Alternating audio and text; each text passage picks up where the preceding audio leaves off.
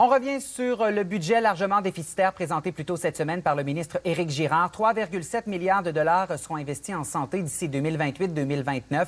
Mais les syndicats du secteur de la santé sont préoccupés par de possibles compressions à venir. On en a parlé avec Robert Comeau, président de l'Alliance du personnel professionnel et technique de la santé et des services sociaux. On lui a notamment demandé ce qu'il pensait des sommes annoncées.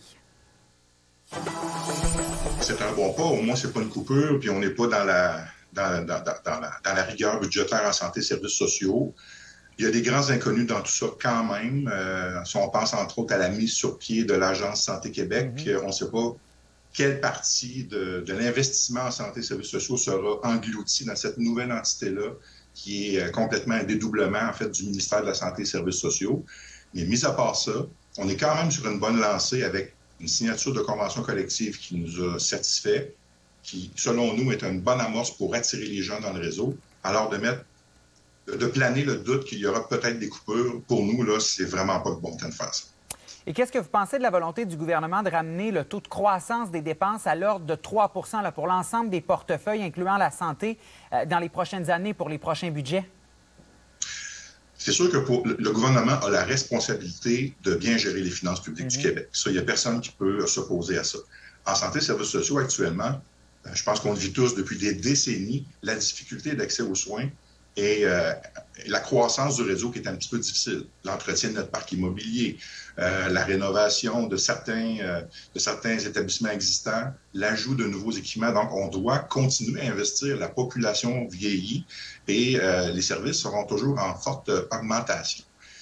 Nous, on croit que le réseau public, bien sûr, peut répondre à ça, mais de laisser planer des menaces de coupure en disant, bon, c'est pas grave, c'est juste l'administratif, il n'y a pas d'impact sur la population, bien, c'est carrément pas vrai.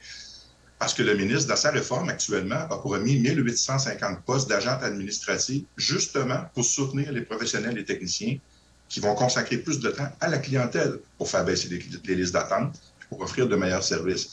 Alors, c'est un tout. De dire que l'administration n'a pas d'impact sur les services, c'est pas exact. Mais comment on doit traiter les dépenses en santé dans ce plan-là de retour à l'équilibre budgétaire?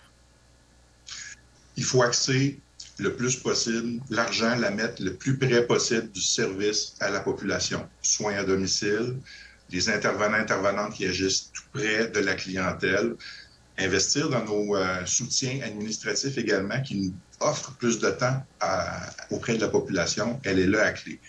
Dans l'administration générale, dans le ministère, dans les gestions, je suis un petit peu plus loin de ça, mais il y a peut-être des économies à faire dans ce sens-là, mais il ne faut pas laisser actuellement le signal qu'on va avoir des coupures en santé et services sociaux. Ça serait catastrophique pour l'attrait de nouveaux personnels pour venir travailler, traiter main forte au réseau là-dessus.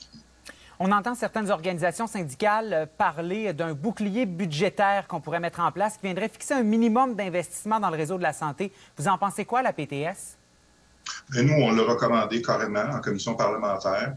Il faut mettre à l'abri des éventuelles coupures et des choix gouvernementaux la santé et services sociaux parce que c'est un service de base qu'on donne à la population, la santé et les services sociaux. Alors, on ne peut pas se permettre, quand il y a des mesures, quand il y a des temps un peu plus difficiles, que ce soit qu'on peut aller piger dans ces budgets-là pour pouvoir éponger des déficits. Je pense qu'il y a des choix qui peuvent être faits ailleurs, qui sont très difficiles, j'en conviens, mais à chaque fois, on revit une restructuration, baisse d'investissement, les gens quittent le réseau, pénurie, et on retourne toujours dans le même cycle. Il faut garder le courage politique et continuer à garder l'investissement dans les services sociaux.